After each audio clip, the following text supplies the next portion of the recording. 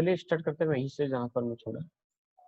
श्रम साध्य कार्य का अर्थ होता है कि जो काफी मुश्किल भरे कार्य होते हैं, उन कार्यों का काम जो किया जाता है पुरुषों के माध्यम से। शिकार करने का कार्य पुरुष करते हैं, कोई भी कठिन कार्य है पुरुष करते हैं, और घर के जो काम है जैसे कि झोपड़ी बनाना,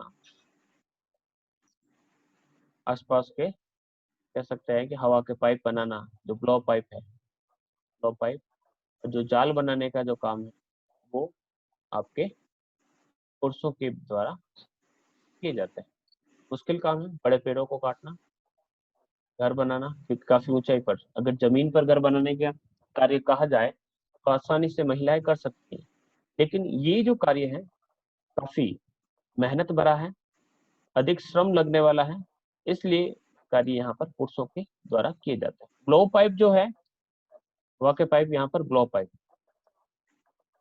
जो शिकार करने के लिए काम आती है वो भी पुरुष बनाते हैं, और जो जाल है मछलियों को पकड़ने के लिए पुरुष बनाते हैं। महिलाएं जो होती हैं वो चाइल्ड केयर का काम करती हैं, बच्चों को देख, और घरेलू कामों के लिए संपूर्ण जिम्मेदारी इन महिलाओं की रहती है। वे टोकरियां बनाती हैं और टोकरियों के माध्यम से वो विभिन्न सामग्रियों को इकट्ठा करती हैं, बुनाई करती हैं टोकरियों की, टोकरियों के साथ मछली पकड़ने का कार्य भी करती है। महिलाएं और पुरुष दोनों सामूहिक रूप से कुछ विशेष कार्यों में एक साथ भी काम करते हैं, तो इस प्रकार से वर्क इनका चलता रहता है।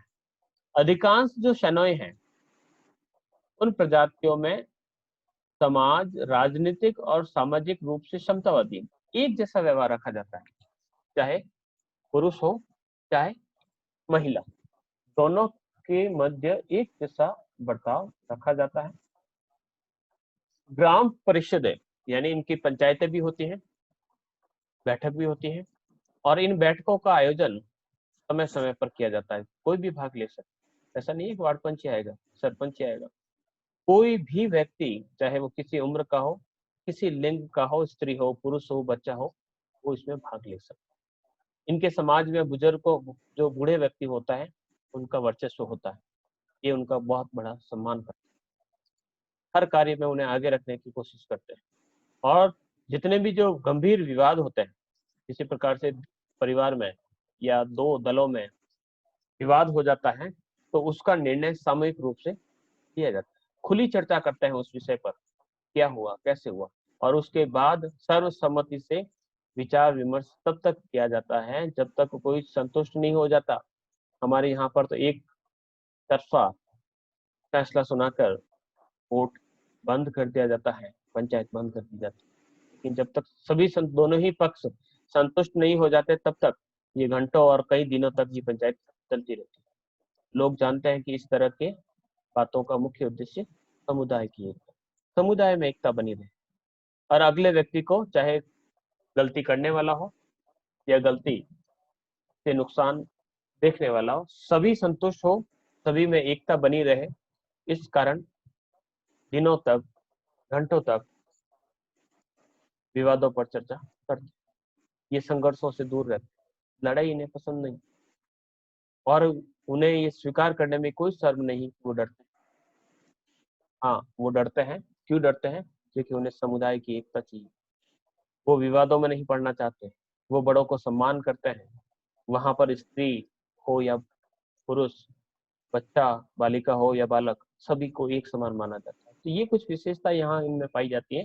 जो इतनी हमने प्रजातियां पढ़ी हैं उसमें इतनी व्यवहारिकता किसी में हमने नहीं, तो ये काफी व्यवहारिक रूप से कार्य करने वाली जनजाति है।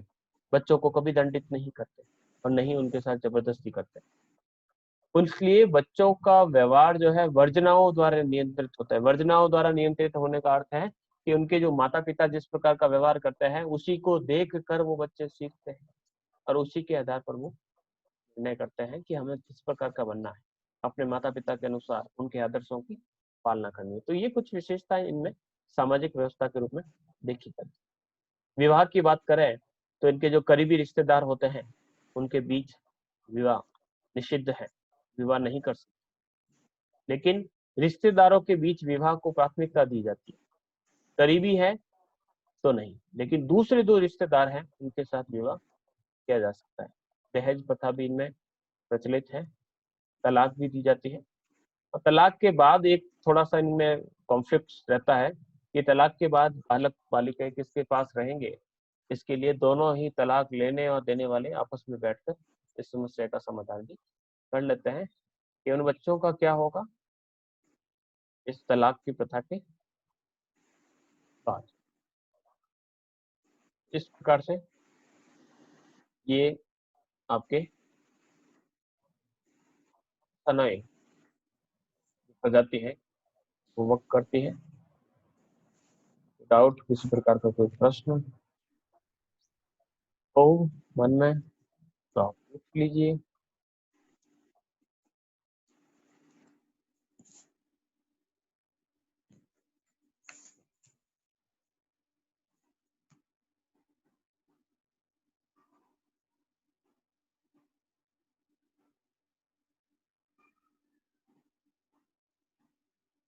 कोई प्रॉब्लम नहीं, चलिए बढ़िया है। ऑर्डिनेंस फॉर्म में सेंड करता हूँ।